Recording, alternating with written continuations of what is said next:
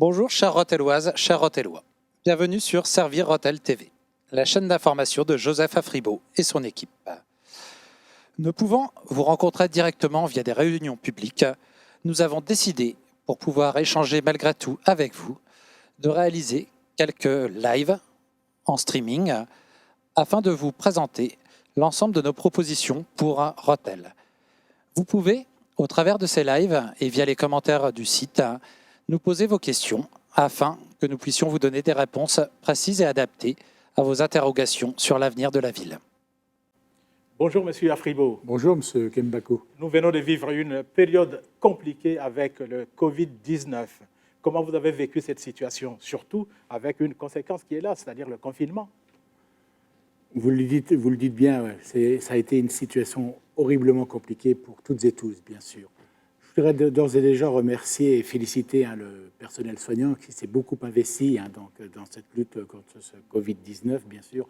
Mais je n'oublierai pas non plus les acteurs économiques du Rotellois qui ont œuvré pour la réussite de cette sortie que nous sommes en train de vivre. On a vécu quand même une situation compliquée, on le disait. Le lien social a été complètement coupé. Donc on a été confinés à partir du 17 mars pendant 2 mois. Même si on pouvait communiquer avec l'informatique, bien sûr, mais le lien social de proximité était coupé et ça a été assez difficile à vivre. Je l'ai vécu aussi, moi, personnellement, puisque j'ai quitté mon équipe le 17 mars. J'avais la peur au ventre de ne pas pouvoir retrouver l'intégralité de l'équipe quelques mois après. Voilà. Aujourd'hui, elle est présente dans sa totalité. Je suis très heureux, et ça me touche énormément. Mais ça me permet aussi de dire qu'aussi, ne n'oublions pas non plus les 30 000 morts que nous avons eus en France et les centaines de milliers de morts dans le monde entier, bien évidemment, puisque c'est quand même une véritable pandémie que nous venons de subir et dont on doit aussi lutter encore aujourd'hui, parce que ce n'est pas fini, ce n'est pas derrière nous. Ça s'améliore beaucoup. Mais ce n'est pas terminé. Ne perdons pas ça de vue.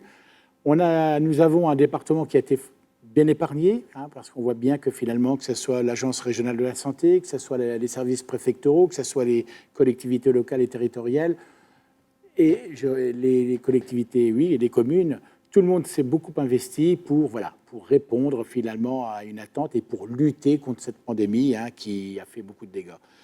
L'économie locale a été impactée, bien sûr, comme partout ailleurs. À nous aussi, élus locaux, donc, de réagir au plus vite pour relancer, j'oserais dire, la machine, pour rebooster un peu l'ambiance et l'économie rotelloise et rendre du pouvoir d'achat aussi aux Rotellois et aux Rotelloises. C'est-à-dire que ce que j'ai décidé avec l'équipe, nous en avons parlé il y a quelques jours maintenant, c'est d'accorder un bon de 50 € à chaque foyer de Rotel, chaque foyer rotellois. C'est à peu près 3 700 foyers qui seront touchés par cette mesure et qui donc on leur attribuera un bon de 50 € pour pouvoir les dépenser dans Rotel, dans la ville de Rotel intramuros, bien évidemment, pas à l'extérieur, pour rebooster donc déjà le pouvoir d'achat de la population rotelloise, mais aussi rebooster aussi l'économie locale qui a fortement souffert, bien sûr. Les modalités, bien sûr, seront aussi débattues par le prochain conseil municipal si j'ose espérer, je pars du principe que je serai élu maire. Le conseil municipal qui sera mis en place. Le conseil municipal qui sera mis en place à l'issue du 28 juin, donc sa première démarche, bien évidemment, ça sera de travailler sur ce bon d'achat de 50 € attribué à chaque foyer. Donc, on mettra en place les modalités pour accorder aux familles ce bon d'achat. Voilà. Vous avez parlé du travail, vous avez parlé des bénévoles, c'est-à-dire les soignants, et des soignants. Vous avez parlé également des entreprises, mais vous n'avez pas parlé de l'école. Et pourtant, on dit que l'école constitue une forme de discorde dans le Rotellois. On ne va pas parler de discorde. Vous savez, dans nos fonctions de maire, nous avons été prorogés de 2 mois et demi pour assurer et assumer cette responsabilité qui était lourde de gestion du Covid-19. Donc, on a exécuté exécuter les directives préfectorales, il y a quand même une interrogation qui s'est faite. Donc, j'ai été étonné de l'absence des élus de la ville de Rethel.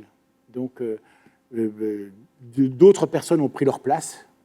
J'ai trouvé ça un peu j'étais stupéfait de cette situation parce que un maire, c'est un maire, un président de Comcom, c'est un président de Comcom. Ne mélangeons pas les affaires.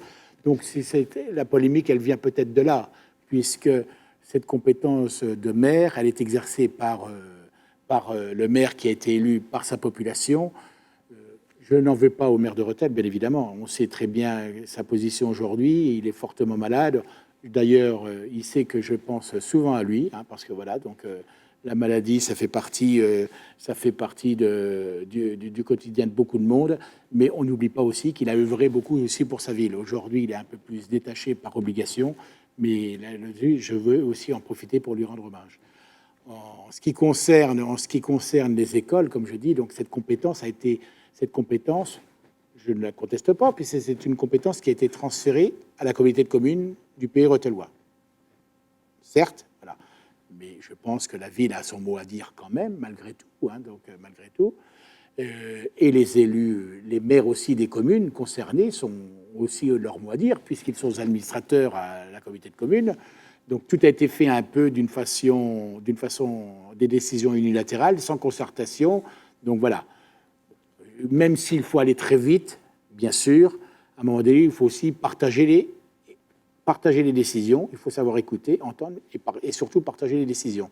Même s'il y a des urgences dans des domaines, comme là, il y avait certes des urgences, mais on considère quand même que cette réouverture des écoles, bon, elle s'est faite un peu de façon un peu politique, on dira. C'est comme ça que je l'ai ressenti.